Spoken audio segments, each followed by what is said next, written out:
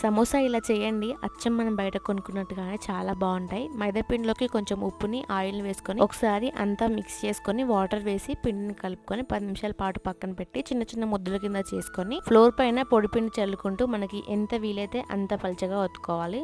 తర్వాత స్టవ్ మీద ప్యాన్ పెట్టుకొని మీడియం హీట్లో ఉన్నప్పుడు మనం చేసుకున్న చపాతీ వేసి 10 సెకండ్స్ పాటు కాల్చుకొని చేసుకున్న అన్ని చపాతీలు ఒకదానిపైన ఒకటి పెట్టి ఎడ్జెస్ని కట్ చేసుకొని ఏ సైజులో అయితే కావాలో ఆ సైజులో కట్ చేసుకొని పక్కన పెట్టండి. అలాగే ఎక్స్ట్రా ఉన్న వాటిని కట్ చేసుకొని ఆయిల్లోకి వేసుకొని స్టఫింగ్లోకి వేసుకుంటే బాగుంటుంది.